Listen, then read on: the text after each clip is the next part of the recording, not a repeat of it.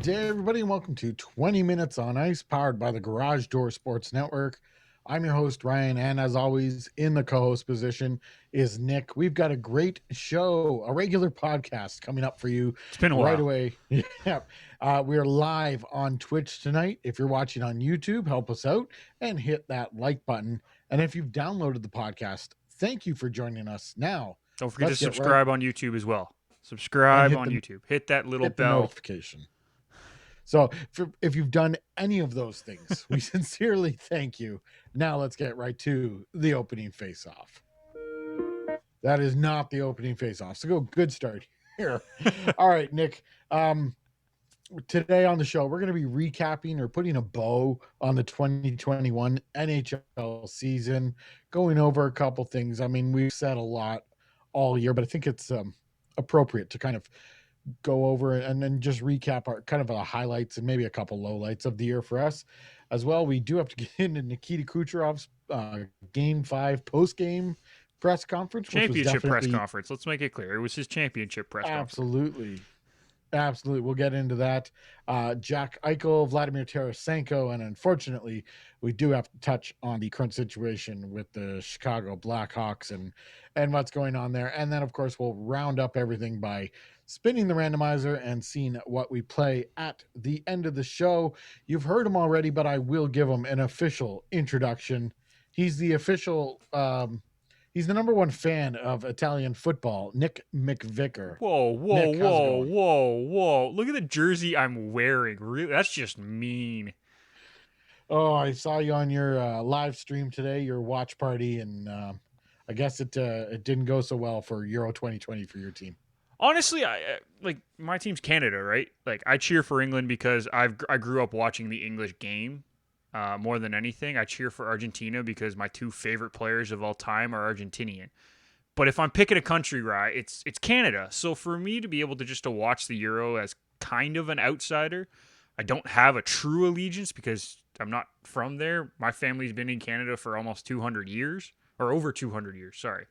So it's just kind of nice to be able to just sit there and watch and enjoy the matches. So for me, it was a lot of fun. There was a lot of upsets. There was a lot of great matches, a couple crappy matches, but you expect that in a tournament of 52 or 51 games or something like that. It's expected. So for me, it was entertaining. Was I disappointed with the final? Absolutely. I didn't think it was a very entertaining final. England scored early, decided to not do anything for the next 118 minutes, and then decided to forget how to take pedalishka. So it was awful to watch, more as a neutral than anything. I can tell you that I did not watch a second of the tournament. But you watched us. I did see you guys. Yep. But, I mean, the Euro, the soccer, the football, whatever you want to call it, World Cup, makes me wish that we could just get together in the hockey world and have, a best on best tournament, because that's what people want. And every single nation who enters that wants to beat Canada, and Canada wants to win it every single time. And that's part of the allure of the tournament. And just get it down to 6 countries right now that can compete. There's some fringe guys that can get in there, but if you want a true best on best at the moment, World Cup of hockey, Olympic tournament, whatever, 6 nations is kind of where it is. But I mean, that's to figure out another day. But here's the other thing though, right? Like the best part about this Euro was some of the stories that weren't big teams, like Denmark making it to the semifinals, especially after what happened to Christian Eriksen in the first match, where he had the cardiac episode, which was terrifying. They made it to the semifinals without their best player. Right? Yeah. North Macedonia looked very good in a tournament that they've never played in before. Like, those are the stories that you love to see. So, although I agree with you, 6 teams would make a great World Cup for hockey, having those other teams, like a Latvia, who has surprised in some of these tournaments recently, I don't know who else. Switzerland, Slovakia. Exactly. The defensive-minded Switzerland. It's the same as in the Euros because they ended up in the quarterfinals. Like, I love those stories. So for me, you have to include those teams. Will they make it to the final every year? Probably not. Will they make it to the final ever? Maybe not. But you know what? You keep them in because they upset teams. They make the story great about the tournament. I'm okay with those kind of teams in like a world championship situation. If it's the World Cup, it's the World Cup. It's the same thing. Well, I also want a tournament where we've just, You got want it. the Elite Cup is what you want. I want the Elite Cup. That's what I want. Yeah, You that's want the fine. Elite I'm Cup. okay with that. I'll sit here and say that. All right, Nick, that's our international hockey talk with no international professional hockey on the horizon except for the World Championships. But Well, I mean, technically, that the is, Olympics is international hockey. It just might not be, the best on best like we want it to be. It is international like hockey, I though, want. Ryan. It is absolutely, yeah. So we'll see what happens. That's something to look at here. Actually, I believe it's something to look at within the next month. I Yeah, we'll think that's probably going to talk be, about it in the off season, yeah, but that's going to be hammered out here. But lots to come up in the coming weeks. yeah, We had a great time doing the live streams for the Stanley Cup final games. That was absolutely. awesome. And now I am definitely in off-season mode, and it's time to look ahead to the expansion draft and the entry draft, and go from there. So let's get into it right now.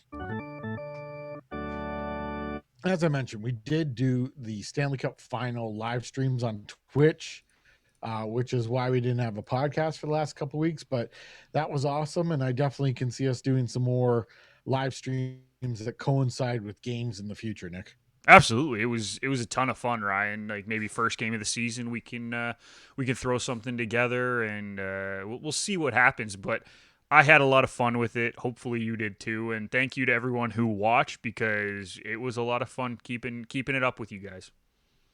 All right, I wanted to start on a good note there because now we do have to go into just a negative note, Oh, and it's the sexual abuse allegations levied by a former Blackhawks player against a former video coach with the team. There's two lots former of players. evidence, and two former players, pardon me, and there's lots of evidence now where this video coach has gone since and before that. Behavior like this may have occurred. So there is some sort of trail here that needs to be investigated.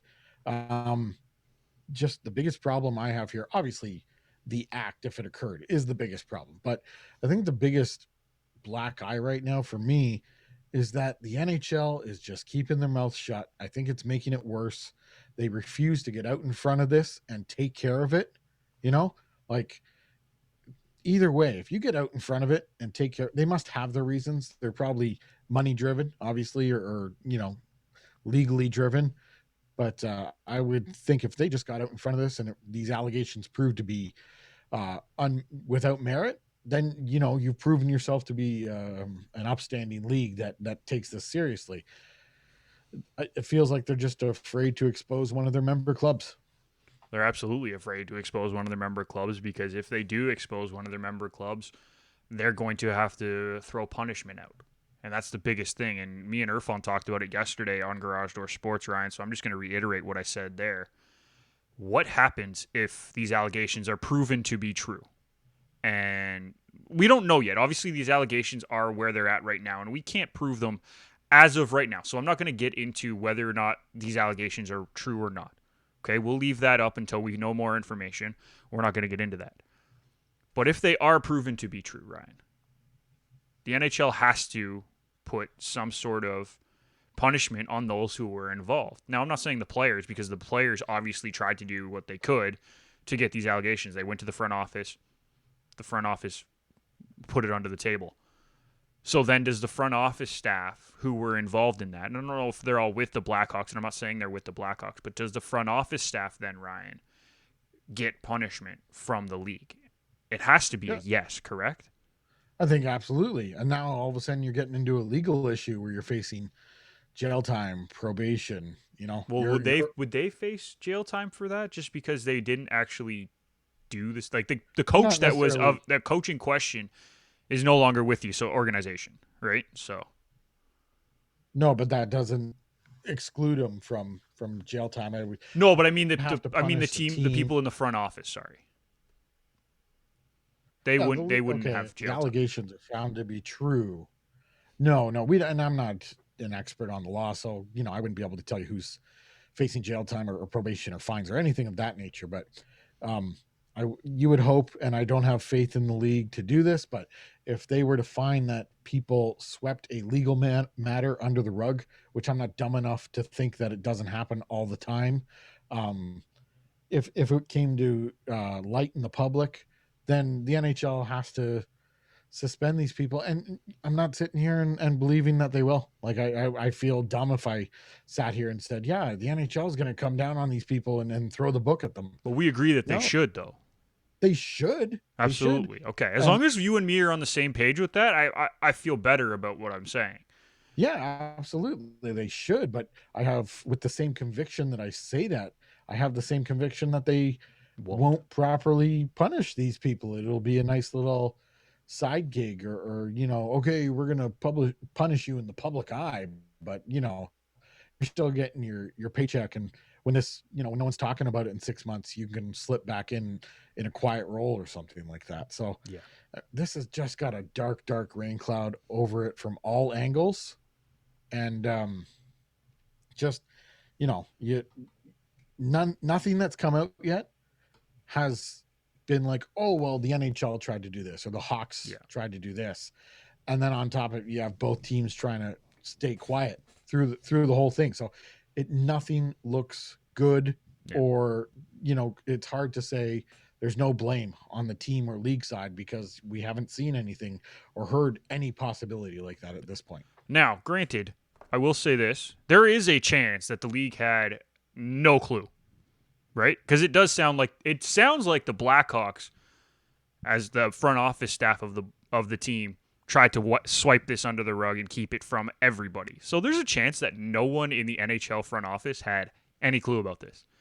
It's a slim chance. There's a chance. There's another option here. We don't know if the player went to the PA. And there's got to be, like, if I'm the PA and this player felt that he couldn't go to the PA, or did go to the PA. What would the PA be able to do with that? That's my question. Just because this is within an organization. So I'm wondering if the PA has any standing on something that happened within the organization like this. Well, you'd want the PA to help protect you. That you would want some sort of outreach program. You'd want the PA to be able to provide any psychological assistance that you need. They do that for people with substance abuse. Absolutely. And maybe he did reach out to, or the two of them reached out to the PA for some help mentally post, but we don't know. So if the PA knew about it, maybe they have agreed to keep it confidential. But yeah, well, they would. The PA would have a confidentiality agreement with the PA. If that makes sense. With the player, you mean? With the players, yeah. So, I mean, there's still lots to untangle here, and that's another red flag. The fact that there's so much to still uncover here. I don't have a red flag. I got to make a red flag for these kind of things, because I feel like we're saying it more and more. Red flag. I'll just keep raising it. Yeah, put the red flag warning. But there is. I mean, there's so much, it seems, cover up here. There's lots to uncover. You're not hearing anything from the NHL. I don't understand, or the team. Obviously, they feel that it's not in their best interest to comment at this point. But their silence is them screaming guilt, it seems like. Now there's more to come out. So, I mean, it's just an ugly, ugly story, and one that makes me angry, because you don't feel that there would be any appropriate justice at the end of this. Yeah,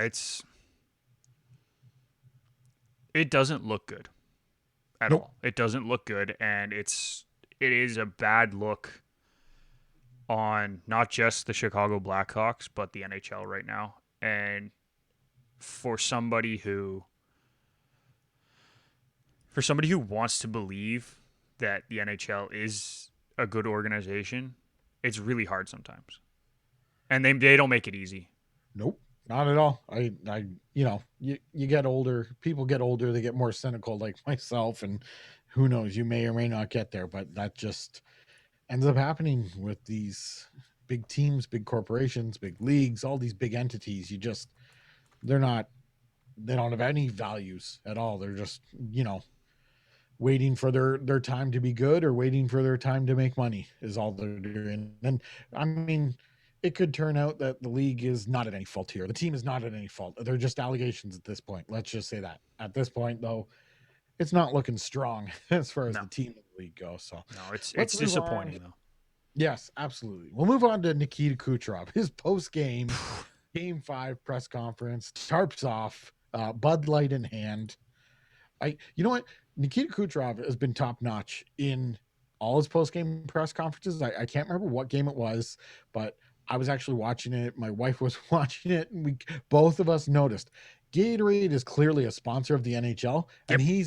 he's at the booth chugging a Pedialyte. I don't know if you Pedialyte. I didn't see that. I always thought it was for kids, but essentially it's another Gatorade. Yeah. They're like, yeah. So he's sitting there chugging a Pedialyte, and someone must have told him, Gatorade is a big sponsor, because I haven't seen him do it since. But that was pretty funny. But as far as the Stanley Cup post-game press conference, shirts off, Bud Light, he's at like an 11 on the volume dial. 11 is being generous. And I mean, he won the Stanley Cup. I have no problem whatsoever. You won. You may never do it again in your life. So get high about it. And then I guess the big comments that came out of it, and I really have no problem. He was ragging on the Montreal fans. You can rag on all the other teams in the league. You just won the Stanley Cup. I mean, you don't agree? You won the Stanley Cup. I understand going at other teams, talking about the other teams, right? Talking about the other players celebrating like they had won the cup in Game 4. I was fine with that comment. Why alienate the fans? Why? Like, what do you gain from alienating the fans? You don't really gain anything from alienating the other teams, but what possible good can come out of alienating the fans of another fan base? He becomes a villain bad guy number 1 in Montreal. But that doesn't do anything for him. Yes, it does. What does it do? He was already one of the best players in the league. I get if you're like a fourth line player and you're doing it because you're trying to get yourself raised up for those games. He was already scoring in Montreal. It doesn't matter.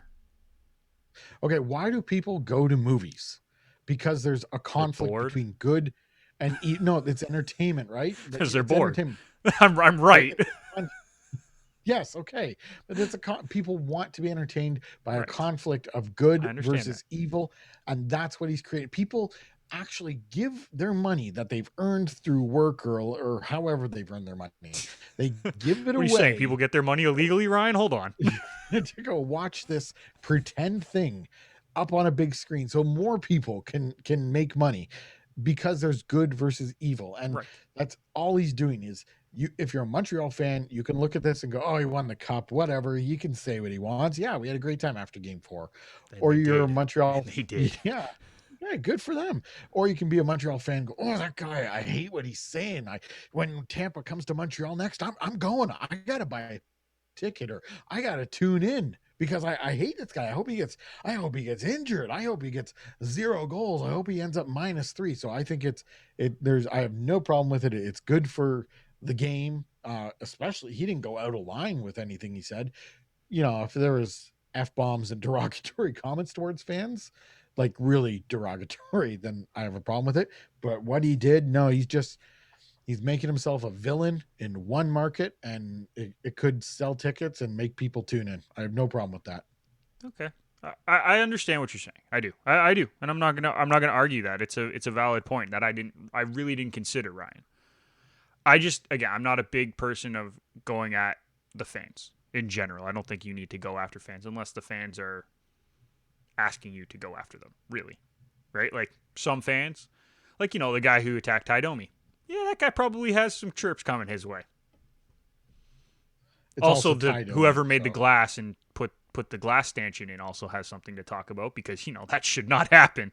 But you get what I'm saying, right? That guy might have some more coming to him. I don't think the Montreal fans really deserve that. They hadn't been in the Stanley Cup Finals since '93.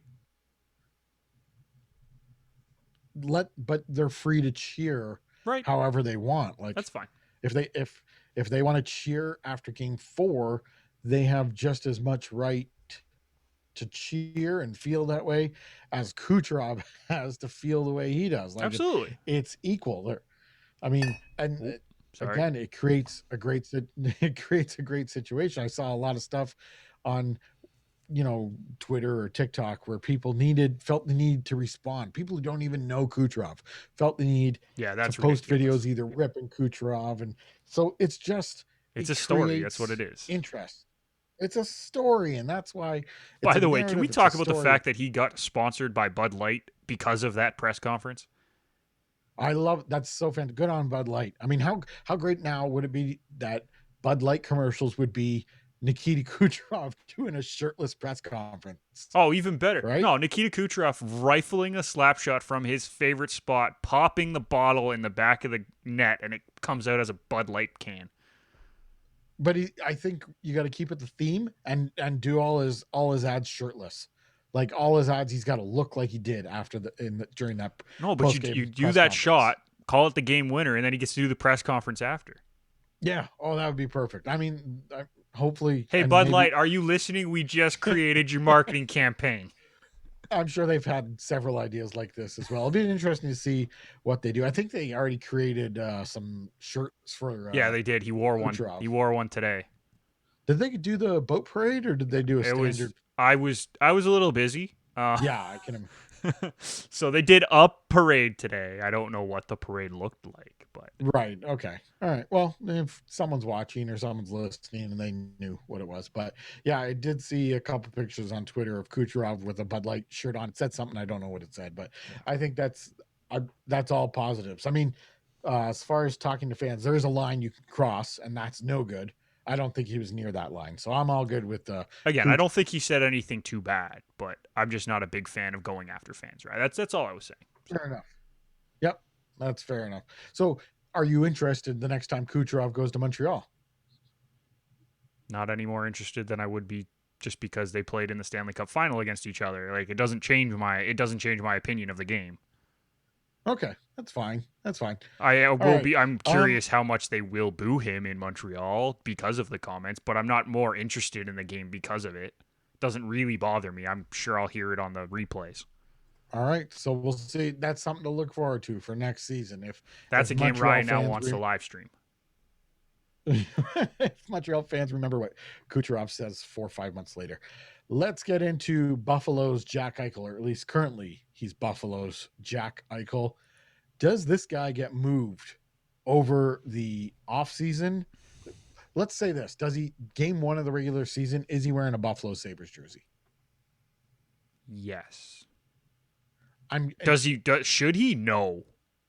I think the relationship at this point is Yeah. not Should he good. wear one? No. But will he be wearing one? I think yes. And it comes down to this. Tell me how many teams can take on his $10 million contract Oh, and put together a good enough package to get him. Oh, you'll never get fair value back for superstar. I'm not saying fair value. I'm saying a good enough package. Yeah, I think someone will put together a good enough package. Who? I'm putting you on the spot here. Where could he end up that could put a good enough package together and take the $10 million? See, originally I'd say Montreal, but they've already given that money to Carey Price. I don't think you can carry Carey Price and Jack Eichel on your roster. Which means the Leafs are out. Yeah, absolutely. Unless Marner is not going the other way. Yeah, well, okay, so there you go. Do you want? But that's not happening. That will never happen. I don't know. I know you would be okay with it. I'm saying it won't happen.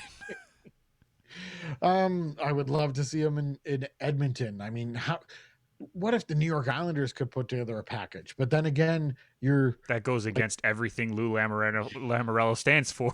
It does, and then you're possibly disrupting their team chemistry, which they rely on so heavily, and it works for them. So, I mean, look at what if he ended up in New York playing for the Rangers? How great would that be? I could see them being able to put together some sort of package at this point. Like, I mean, there's a lot of places. I don't think he will be traded, though.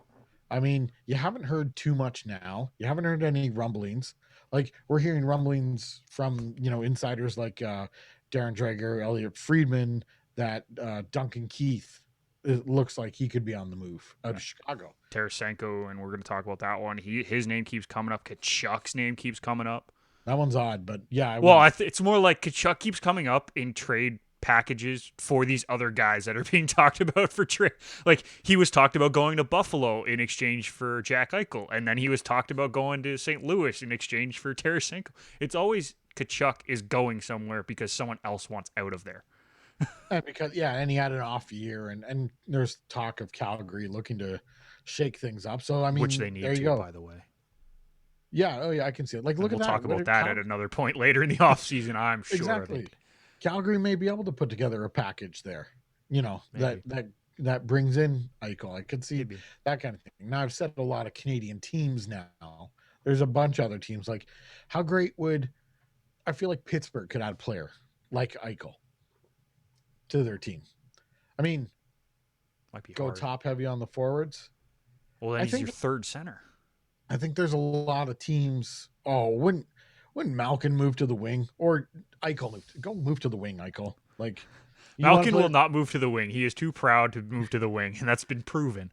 here, Jack Eichel. Would you like to play with Sidney Crosby or Evgeny Malkin? Sure, we're gonna move you to the wing, no problem. No. Or or you can play third line center. I do believe there's teams out there that could put together a package, but I just don't hear enough rumblings like you normally do. So I don't think it's happening this summer. Fair. He's But got like I 5 don't. years left, doesn't he? That part doesn't matter to me. I No, think I just anyone. mean like he's got 5 years left on a $10 million contract, and he had a year because of injuries. Yeah, and he'll be looking to come. I don't know. Will he be looking to come back next year and bounce back and show everybody when this Buffalo team has trouble competing? I mean, it's Who knows? just. Maybe the team will be better because he's playing most of the year. He missed like half the season, right? Like, Yeah, I know. So we'll see there, but I don't think he gets traded this offseason. But I think that relationship with Buffalo is so damaged that he doesn't have a future there. fair enough. All right, Vladimir Tarasenko has officially apparently requested a trade from St. Louis. This actually caught me off guard, but I mean, he has been injured. Well, they He's talked about still, moving him before the official trade request came in. So, like, my ears were perked up after that. I was like, wait a minute. Why? again, this is, we've talked about all the destinations that Eichel could go. You could see Tarasenko go. Almost Tarasenko is like, if you need scoring, you check in on the Eichel situation. And if that's not going to work out, You go okay, with the maybe. cheaper, older, less years option in Tarasenko. Yeah, Tarasenko is maybe your option, but yeah, I think St. Louis moves. I mean, St. Louis kind of caught lightning in a bottle, it seems, Yeah. and maybe isn't necessarily as good as they were when they won the Stanley Cup. Like, they got really good, they overperformed, Yeah. and they performed. But now they're coming down, and it almost seems like they need to start moving pieces out to get pieces back in. It's like And a I could, reset. and as I said, like Kachuk was mentioned in a possible trade package for Tarasenko. So Tarasenko to Calgary for Matthew Kachuk and a couple picks or something. That's not a terrible trade for both teams. I think that brings in some scoring that Calgary has missed, a top 6 scorer, and I mean, doesn't Matt Kachuk scream St. Louis Blue the way he plays? Just hard nose, goes into the corner, irritates you beyond belief, but plays the game really, really hard. And not to mention his dad played there, and he I wasn't he get that. born there? I'm not sure on that one, but But I mean, he is Kachuk's are American. Yeah, I get that. I would be worried about Calgary because which direction are you headed in the reset? And I don't think Tarasenko is a centerpiece I'm not of saying he's a whatever centerpiece, but he's direction. only got 2 years left anyway. He's been to the cup. He brings that veteran presence, and he's a goal scorer. This guy is a 30-goal scorer in 6 seasons straight at one point before the last 2 years where he's been hurt. Right? Obviously, he's coming back off injury. We don't know how good he's going to be, but he knows how to score. He knows how to put the puck on net. So this is a guy that you bring in. You're not going to lose much with Kachuk. I don't think Kachuk was going to outscore Tarasenko this year, in my personal opinion, if they're both healthy. I think they're about the same. So what you gain is that veteran presence, a guy who's been there, done that, and can help with that transition from a team that has done well in the regular season but can't put it together in the playoffs because they're now getting a little older to the next generation where they need the veteran presence of a guy who's been there, done that, like the Leafs have been looking for years because they can't seem to get it right.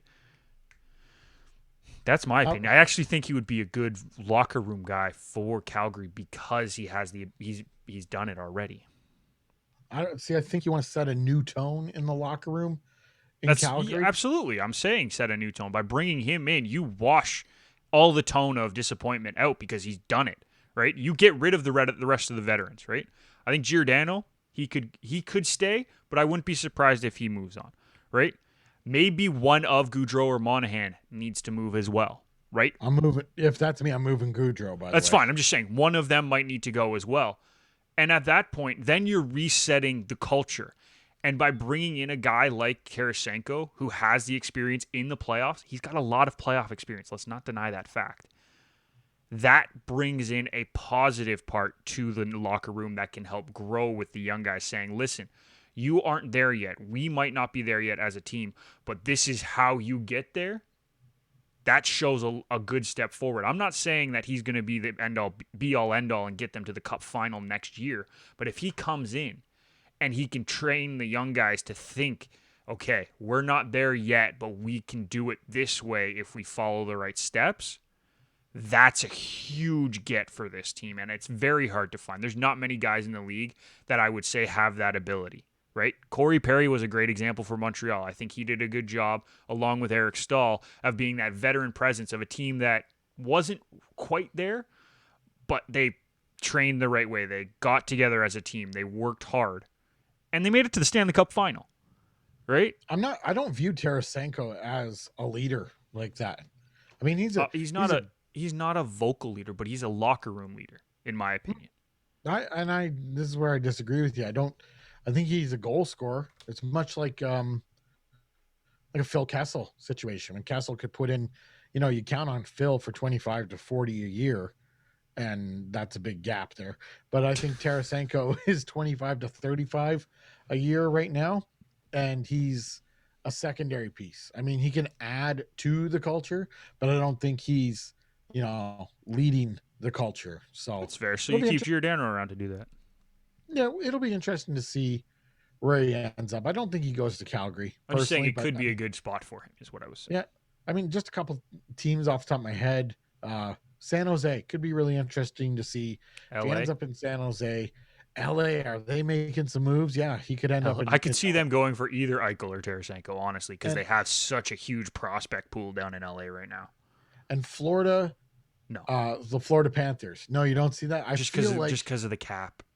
yeah, I know. I'm not aware of the cap situation there, but you know what? There's no cap in the summer, so teams kind of have this feeling. It seems where it's like, oh, we'll do this, this, and this, and then as we get closer, we're gonna figure out our Yeah, but I just don't finalize our see it cap working with situation. the cap, so I don't see Florida as a viable option. Would he look good in Florida? Absolutely. And But I then just don't yeah, see it. I see it as them possibly wanting to compete with the Tampa Bay Lightning. They feel they need to one up now and get to that level. So I think Tarasenko gets moved. I don't think Eichel gets moved. But either way, there's a couple goal scorers who are on the trade board this offseason, and it'll Listen, be Ryan, interesting. Florida has a couple million They have 13 million in cap space projected right now. They need to sign Bennett, Wenberg, Duclair, Walmart, Lamiko, Gusev on the front end. Those are guys that are free agents on their team. There's some goals there, yeah. Brandon Montour, Noah Juleson, Gustav Forsling. Are they needed? Maybe one of them signs back. Not all of them. Whatever. And Chris Drieger is a free agent. Sam Bennett there, he performed well. He performed great. Yeah. So that'll be another. I mean, they do get Aaron Ekblad back.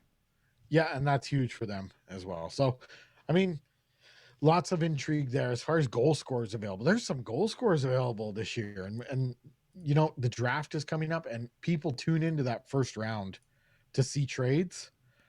The bigger ones kind of happen the next day, the second through 10th round, Yeah. there where the bigger trades happen. So it'll be interesting to see what happens at the draft this year. Plus, Seattle's alive now, so they can start making some moves. Not that Ryan, did you know this? Are you ready for this stat that's going to blow your mind? blow my mind, Nick. Where does Sam Reinhart rank? Sam Reinhart, not Sam Bennett. Sam Reinhart rank among goal scorers last season that are now free agents. Didn't he play? Isn't that guy with Buffalo? Yep. So among free agent goal scorers? Yes. Oh, he's probably because you're asking me, I'm going to say 1, but my natural instinct would be to say 3. I would have had him much lower. He's actually 2. He 2. outscored Alex Ovechkin. Really, that is surprising. Yeah, the only That's guy crazy. who had more goals and is currently a free agent is rookie sensation Kirill Kaprizov. Interesting. And that's another situation to watch there. That's a huge situation, Rod. Now both of those guys are RFAs, Sam and Kirill. There's lots to go on in this offseason. So it's definitely going to be a very interesting offseason. We'll see how much gets settled by free agent frenzy, which comes at the end of July this year rather than July 1st. So that'll be something to watch out for. When we come back here on the podcast, we are going to get into wrapping up the 2021 season. Until then, Ryan Haslett, Nick McVicker, we will be right back.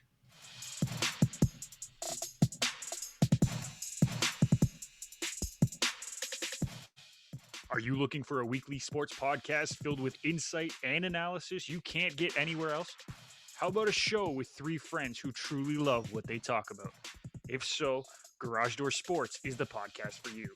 Hosted by Nick McVicker, Kyle Vardy, and Irfan Manji, they bring you all the latest news, notes, and of course analysis on the sporting world. Are you ready for it? Let's go.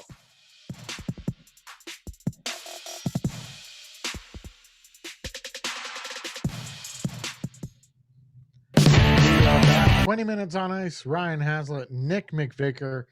Nick, perfect. We wrapped up the 2021 season with Tampa Bay Lightning repeating as Stanley Cup champions, and I just thought we could jump ahead quickly, look at next season, as well as just kind of bookmarking some of our highlights, our personal highlights from this past season. It was certainly a unique season that we will remember for a long time for being so unique, not necessarily on the ice, but the situation around it. So we'll start with Tampa Bay. They are the defending Cup champions.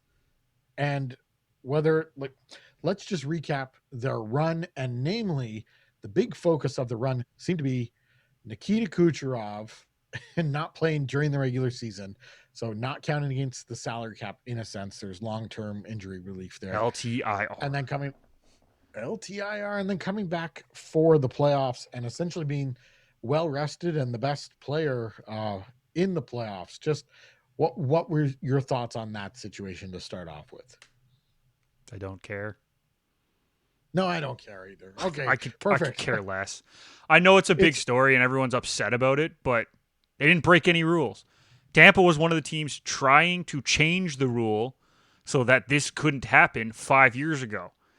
And when everyone else said, we don't care, well, not everyone. I think there was like 4 or 5 teams that were trying to fight for it, right? But the majority said, we don't care. So they said, all right, screw you then. We're going to do it that way, and we're going to show you that it's a flawed system. And they did exactly that. They were like, fine, here we go. I mean, this was in the works, I would say, almost since they won the Cup last year. So a 10-month plan, pretty much. Well, once they realized he was going to miss the start of the season, I guarantee it. Yeah. Yeah, and then it was, don't rush back. This will benefit us. Just be 100% healthy for the playoffs, and we'll win another Stanley Cup. Plus, they won another Stanley Cup. So the plan worked fine. Everything's fine. It's within the rules. It's fine. Everything's fine, right? It's just a story. It's just people who want to write a story, and fans who like controversy, who are up in arms. So I have no problem with it. How would you describe Tampa's Cup run? Because I heard several players in their post game say we faced adversity this year. I got to be honest, Tampa, you went out there and you beat most people. I guess the only adversity that I can really think of that they had to face was not gaining that home ice advantage in the first round, finishing third in their division. And that turned out not to matter. So I'm not saying it was a cakewalk or easy, but I can't think of major adversity that they faced during their run here. They had a few injuries in the regular season. I think that's what cost them first and second place in their division. Um, they got pushed in that third round against the Islanders, which I thought was possibly the best series of the playoffs. I really enjoyed that. Colorado It was so Vegas was up tight. there as well. Don't get me wrong, but it wasn't that the Lightning Tampa one was like lightning in a bottle. Like they weren't doing crazy things, but it was just entertaining hockey. Like both teams were going back and forth. They went to Game 7. Like there was so much happening in that series, and they were close to losing that. Like there was a chance they could have Absolutely. lost that, right? So for me, that was the biggest adversity they faced in the playoff run, and it came down to they came up against a team with a system, and that system worked really well. So unfortunately, that was the hardest thing that they played because the other, honestly, that second round series was a joke versus Carolina. They walked Carolina. The I first round feel series like was fun just because we got to watch Florida. that was a great first, really exciting first round series and against the Panthers.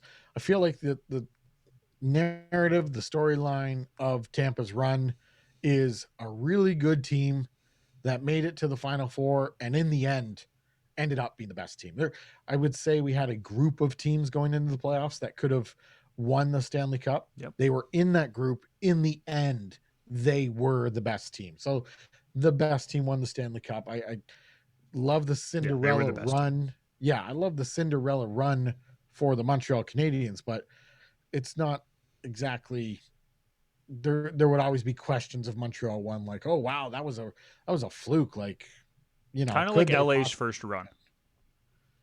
But then they followed it up 2 years later, No, I and know, it's but I'm like, saying like the original run, people were saying that about LA because they were not supposed to be that good. They were but they were 16th. so, yeah, but they were so dominant getting there. So obvious, like, sorry, going through the playoffs, they were so Yeah. dominant. So So yeah, was Montreal, though. Montreal swept a team, came back from a 3-1 deficit, and beat one of the best teams in the league to get to the final. yeah, and they literally beat Vegas. There was no fluke there. They outplayed Vegas. Other than So game one. yeah, exactly. So, I mean, Tampa Bay was the best team. They won. Um, the whole season. I'm not just talking playoffs here. The whole season, 2021. Do you have a team that just impressed you the most? Like it was almost like a light bulb goes off, and you're like, "Wow, I kind of have more respect for that team." Um, for me personally, by the way, hey Davison, welcome to the chat. We appreciate you joining us. Um, I think for me the team that surprised me the most was Minnesota. During the regular season, they looked fantastic. If we're talking regular season, Rye, I have to go with Minnesota. They looked so good this regular season. And I know people are going to look at Carolina, who won their division, and yeah, but I expected Carolina to be good this year. I expected Florida to be good this year. I expected Tampa to be good this year. Right? I expected Colorado and Vegas to be good this year. I expected Toronto to be good this year. I didn't expect Minnesota to be good this year. I didn't have Minnesota making the playoffs.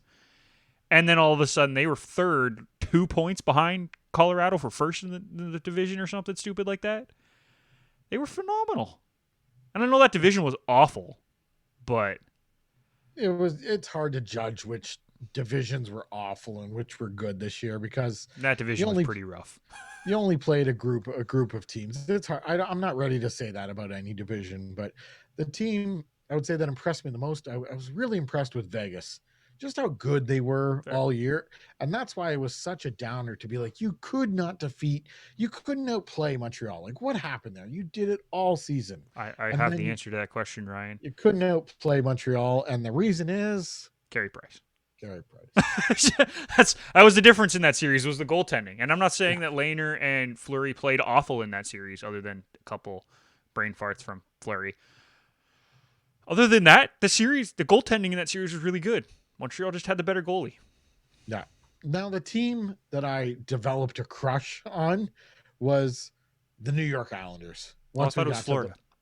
Once we got to the playoffs, it was Okay. the New York Islanders Okay. because that is my type of team. Going into the season, my perceptions were that this team may not be able to score, Will this team system that they play be able to get them through? And they finished fourth, and they went up against Pittsburgh, and I was like, oh, okay, this is, it's going to be a tight series, but they're probably gone. And they just kept putting the boots on every Yep. day and just getting the job done. And I love that so much. There's so much beauty in that to me. So huge. I'm a huge fan of the Islanders and Vegas. Like I mentioned, Florida, you mentioned Florida, really impressed by them. But If for we're me, talking playoffs, I have a different answer to the question, Ryan. Mhm. I was super impressed with Montreal. How can you not be? I know it's a cop out answer, but I was super impressed with how the team looked after dealing with all the injuries in the regular season and then getting to turn around, get everyone healthy, get Cole Caulfield into the mix after he played most of the season in college. And they came together and showed that this is a team that knows how to play the game.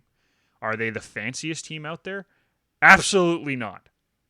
But they looked so good in this run to the final. And even in the final, I know they're going to get ripped on because they lost in 5. I don't think they played that bad. Were there some mistakes? Absolutely. Were there some stretches of like 5 minutes that they got caught? Absolutely. But overall in the 5 games, I don't think they looked that bad. But because it says Uh, 5 games in the final box score, everyone's going to be like, "Oh, they got blown out." They did, but they got I blown out can't. by a really good team. Really good team, the best team, the best team. So I'm on the other end of the scale is which team disappointed you Ooh, this which team season? disappointed? And I can't. I'll jump in first. Okay. And the expectations weren't high, but they've gone so far down. And the Buffalo Sabres, again, just a horrible season, a disappointing season. Nothing. I can't think of anything positive. I don't like this Don Granato hiring as head coach. Another move to save money. Um, he may he. I'm not saying he's not qualified, but you got to turn this around, and not it can't be a progressive turnaround. You've been doing that for 10 years. Now you got to turn this around. But this team was just disappointing all year. They had a horrible losing streak in the middle of the year, and it was just gross. It was just what a shame of a team. So the Buffalo Sabres are my number one most disappointing team. And then the other one, because I'm a fan and just because of the way it ended, Toronto Maple Leafs. And they really disappointed me this year. And that was probably because went into the playoffs with reasonable expectations that they should do well, and it didn't happen at all. Fair enough. I think both of those are good calls, right? And it's tough to say that it's for the Leafs. It's tough to say it's a disappointment. It's more a disappointment of how it ended, I guess, is the best way to put it. And on the same line, I would say Edmonton is the same sort of thing. They came in with a lot. They came in with a lot of expectations, and they ended up losing in the first round to Winnipeg Yeah, they in a would be a sweep. disappointment too. In a sweep, yeah. And they didn't. I mean, the big guys couldn't get anything going, so It's they were disappointing. just. Who It was was your? Who was Edmonton your top disappointing team, or is that just based on the playoffs? Or um that was just based on the playoffs. They were a little disappointing in the regular season, just because I expected them to do a little bit more. I know they finished second, but I thought they were going to be a little closer to Toronto, and I thought that those two would be so far ahead of everyone else, where it turned out that they were closer to Winnipeg.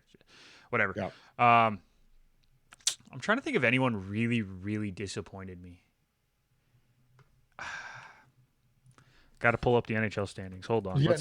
Let's No see. one. We're doing this live. We got to pull up the NHL standings. I mean, Buffalo was trash, and I mentioned Buffalo. Buffalo was trash, but I didn't expect Buffalo to be that good.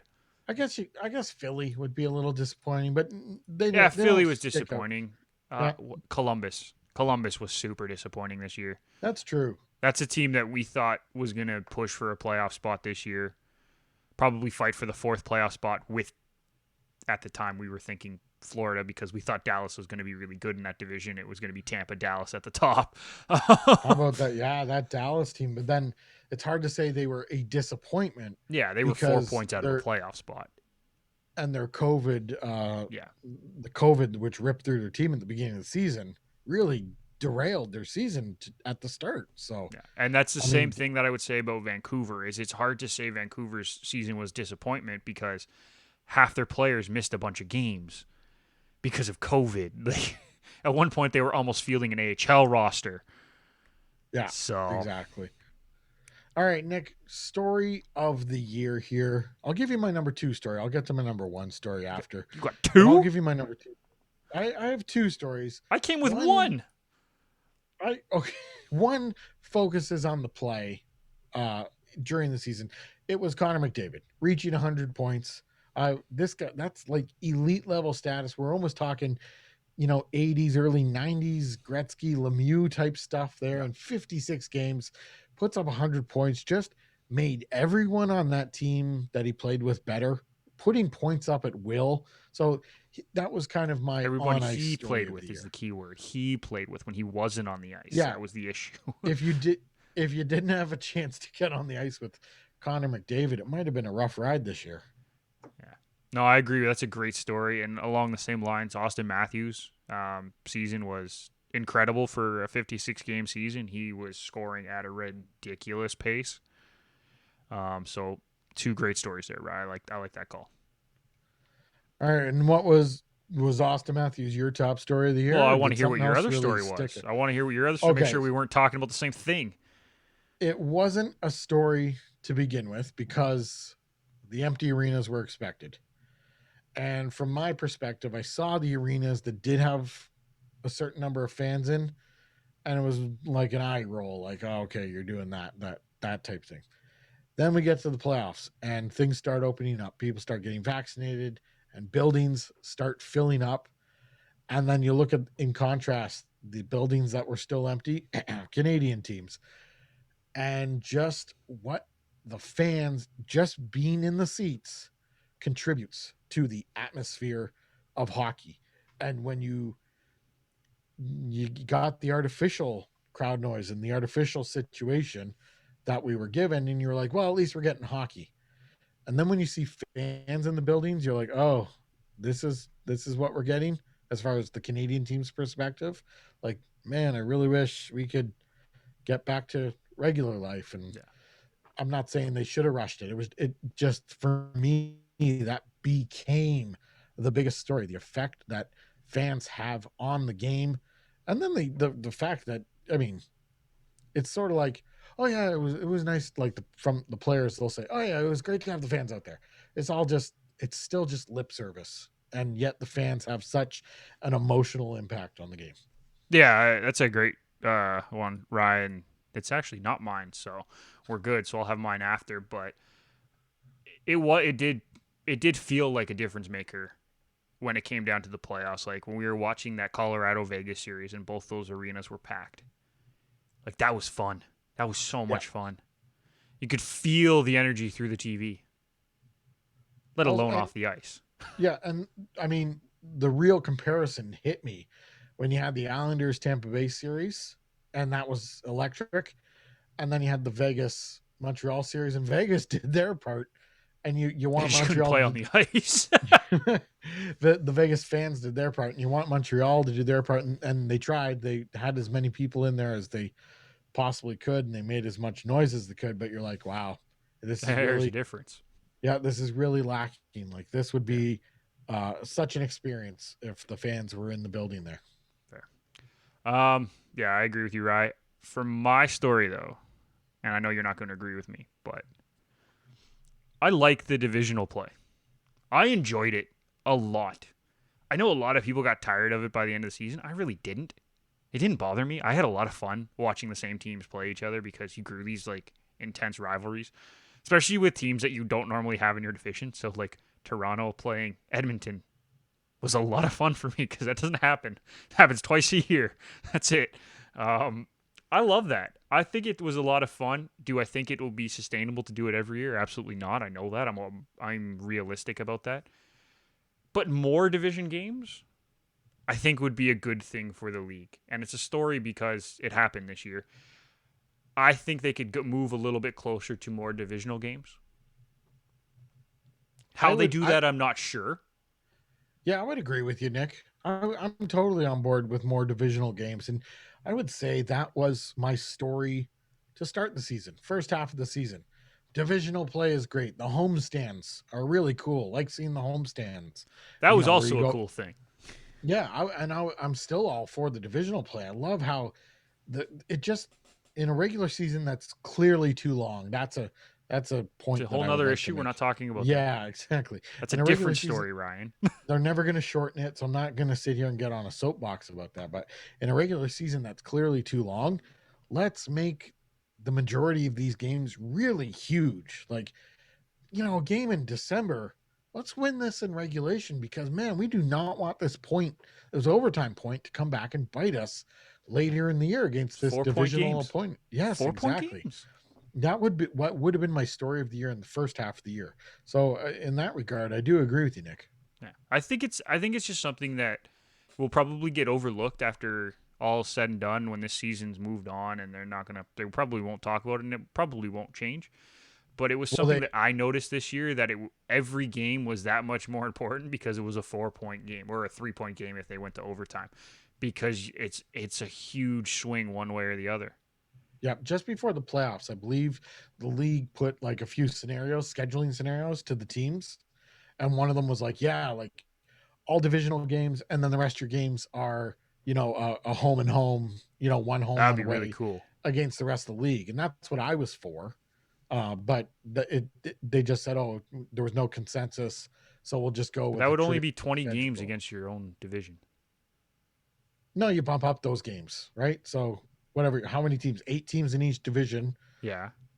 So now we're talking 24. So that's 48 games are spent home and home against the rest of the league, right? That doesn't add up, Ryan.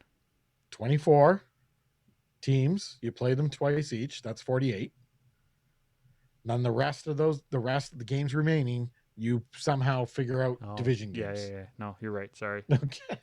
It's been a long day. I was doing 31 and I got 62 games, and I'm just like, it's only 20 games. I didn't warn you that there would be mass. It's been a long day. I've been streaming for almost 5 hours now. That's on me. Nick, let's do a way too early. Is it way too early? This season's over. I think it's early. I'll give you early, but I don't think it's way too early, Ryan. We haven't seen off-season roster moves, draft picks. We don't even know who's playing for Seattle. So I would say it's a way too early Stanley Cup pick for 2022. And who do I like? Why didn't I prepare? I mean, I'm prepared. I'm ready to go. I feel like I want to say Tampa, but that's the easy answer at this point. You know what? I'm going to get back on our Colorado Avalanche bandwagon, and I'm going to ride that horse, and that is my way too early 2022 Stanley Cup pick. Yeah, talking about taking the favorite. They're literally the betting favorite, Ryan. I don't pay attention to the betting lines, so clearly. I'm surprised Tampa Bay isn't the betting favorite. Tampa's 2. So I am jumping on the overflowing bandwagon. That is the Colorado Avalanche 2022 Stanley Cup bandwagon. Yeah, I mean, the two easy answers are Colorado and Tampa, but Tampa's the easier answer because they've done it twice. They have the experience. Colorado still hasn't got past the second round. I would love Colorado to win, obviously. Personally, I would love Colorado to win. Do I think that's going to happen? I'm not 100% convinced. So I will say Colorado is my early pick to get there against Tampa. Whether or not that works out in Colorado's favor, I don't know. But those two teams are the early favorites to make it to the Cup final. You got to choose one. No, you didn't say that. You didn't say that. Yeah, the layout right here in front of me. But you didn't say that. I was not prepared for that question. Even the screen says who is. So one team, just choose one, Nick. You got to choose one. I mean, no one's going to remember this. I will. Tampa. There you go. Okay, good pick, Nick. There was no wrong answer there. Anyway. Well, there's going to be a wrong answer at some point, I guess. All right. So there is your way too early 2022 Stanley Cup pick. That was your 2021 season recap. We're going to take a quick break here. When we come back, we will hit the randomizer.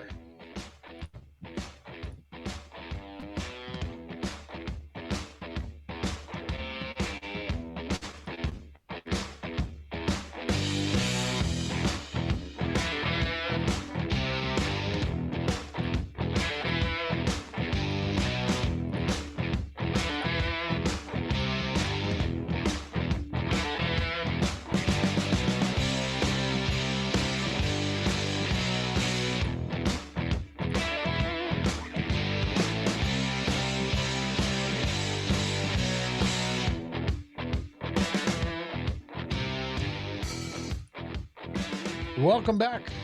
20 minutes on ice. Ryan Hanslet with Nick McVicker. And Nick, we haven't fired up the randomizer. We haven't spun the randomizer. We haven't had a show on a Sunday other than the playoff game. So, yeah. The randomizer is getting a little dusty, a few cobwebs. So it just stops. Let's pull it out, get it fired up again, see if it still works, and find out what we're playing here tonight. Here we go. Tonight's game. Who am I? Wow, we haven't played this one in a while. It's been a while. Yeah, it's been a while. This is a fun one. Got to get my paper out. To count some questions. This is pretty much 20 questions here. 20 yes or no questions I will have because Nick has to come up with a hockey personality. He's not going to tell me who it is. So I have to come up, I have to figure out who his hockey personality is somewhat. Right now you have to think, but after that you can kind of turn the brain off. It'll be me who has to think. Now, Nick's not limited to a player, could be a manager, a coach, a broadcaster, a mascot, anyone to do with the game of hockey that is notable. I mean, it can't be his buddy Fred who plays with them on Thursday nights every so often. That doesn't count. Johnny, who had 4 goals last year.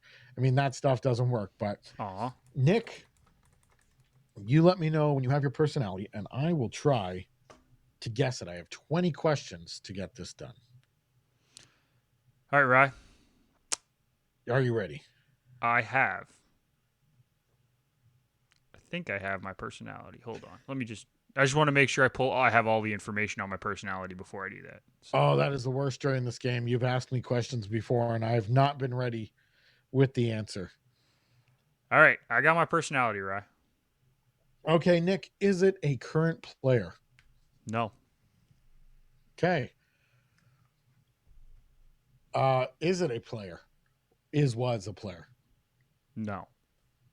Well, not an NHL player. I'm sure he played hockey at some point, but he's not an NHL player. All right. Okay. Thanks for the added bonus. It's a he. Let's see here. A current manager, GM, no. Current coach? No.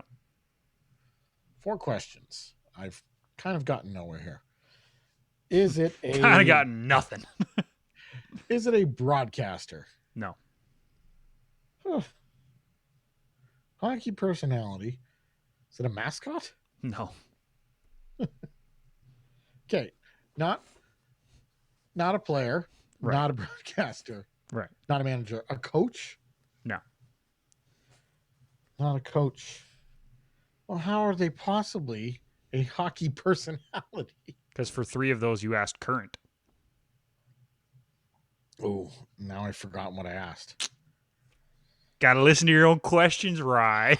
Nick, you're 7 questions in, and I realized you've butchered 3 of them. I've bunged this up. Jeez. All right. Former manager? Yes. Okay. Former manager.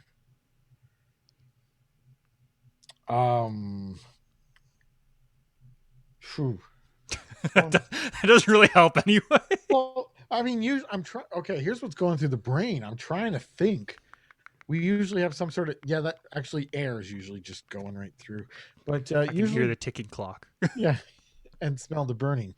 But usually we have some sort of theme going on here. There's a theme. It's the same theme that I use every time I have a Who Am I, right? What's your theme?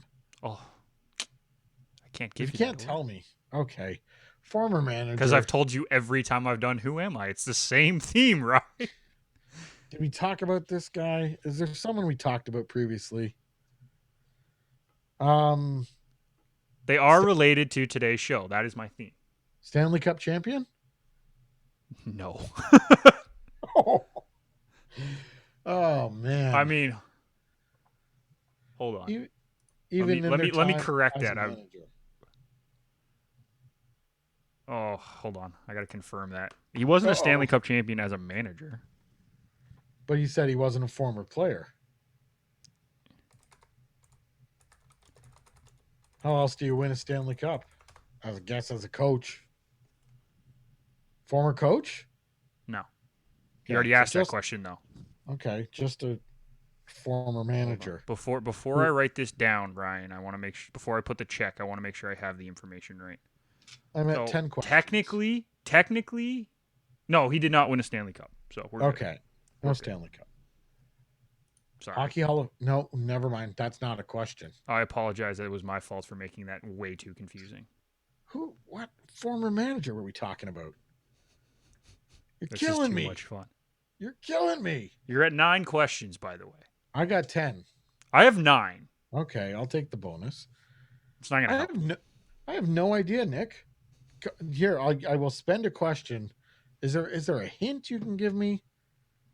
Anything here? So I got 10 questions left, and I have no idea who this person is going to be. All I know is that they're a former manager and they're male. Did they manage in the 90s? No. All right. The Did they manage? The hint. I'll give you a free hint.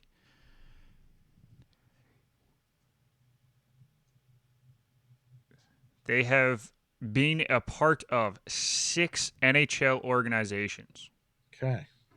As well as 2 AHL organizations. No, I'm not paying attention to that. But that doesn't. Yeah, I'm trying to help you. I'm trying to give you more information. 6 organizations. After 1995, did they manage? After 1995, yes, they have managed since 1995. Not Okay. starting in 1995, but No. I just after 1995, they've been at some point after 1995, they have been a general manager. Okay, something to do with tonight's episode as well. Jeepers, mister. Jeepers creepers, mister. No, Nick, you know what? You got 9 questions left. I know. Okay, I'll try and narrow this down. Did they manage before 2005? No. Didn't. Okay, so we're looking after 2005. You're going to kick yourself as soon as I say it. I am. I know I am. So am I at 12 questions here? That's what I got? I got 12, yep. Okay. Did they manage after 2010? Shoot, that's not a good question. Yes, after 2010. Did they manage before 2010? Not in the NHL, but in the AHL. Okay, all right, that's good enough for me. That's So 14. Questions with still no hope of getting this. I'm trying to think of a manager. 6 years, 6 teams. Wow. No Stanley Cups. I didn't say he managed 6 teams. I said he worked for 6 teams. Worked for. Yes, I understand that. So I'm just trying to help make sure you're not thinking of the guy who tried to manage for 6 teams, because that's not going to help you, right? Yeah. Wow, I actually have to look at our script here for a hint. I think that's cheating. No. Fair enough. I'm kidding. You're not getting it anyway. No, I'm not getting it. 6 questions. Just start throwing out random questions at this point.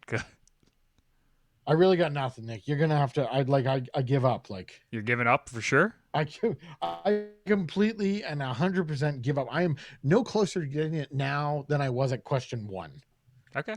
Are you sure? Yes. All right. My hockey personality is former Buffalo Sabres GM who drafted Jack Eichel, who we talked about on the show, Tim Murray. Tim Murray. I probably would have never gotten that anyway. When did we mention Tim Murray? We didn't. We talked about Jack Eichel. Jack Eichel was the connection. He was the guy who drafted Jack Eichel to the Sabres and is now the reason that he is stuck in Buffalo. I'm glad that you chose Tim Murray, Nick. That was well done. You stumped me thoroughly. You've stumped me multiple times in this game, so I'm happy that I got you once. That's like a third. Like, I'm absolutely embarrassed to be on this live stream right now and show my face after giving up on that. But that just opens the door for me to. Ryan, you've already got me. I gave up after 12 questions one time. Okay, you win. Revenge will be sweet. You've already beaten me in this game. I suck at this game. Don't stop me in the middle of my monologue. No, Revenge you're getting stopped because it's a ridiculous monologue because you're wrong. Because I get killed at this game every time, Ryan. So, All no, right. you are wrong. You will get me because I suck at this game more than anything else. Here's the best way to get Nick.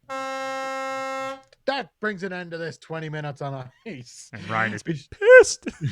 be sure to subscribe to the show wherever you download your favorite podcast. If you're watching on YouTube, hit the like button, hit the subscribe button, hit that bell icon to get notified of new episodes. You can do the same on Twitch as well. Follow Garage Door Sports Network and hit the Shoot us a notification follow. We've gotten more follows lately, and I really appreciate it, guys. Keep bringing it because we enjoy hearing from you in the chat. Like Davison, he mentioned after Rye. I don't know. I think I got a chance to say this, but he says Lightning comes strong for next season. So he thinks Lightning are going to come back. So and we mentioned it's a great pick there for next year's Stanley Cup champion at this point. So speaking of follows, follow me on Twitter at Ryan_H16. Follow Nick on Twitter at Nick McVicker. And follow the show at 20 Minutes on Ice. That's both Twitter and Instagram. Head on over to garagedoorsports.com. Find us and all of the other network shows under the shows tab. Once again, we will be live next week here on Twitch for an expansion draft preview. Until then, man, that's so much to go. Yeah, we got a few things to go through there. Until then, thank you for listening and goodbye, everybody.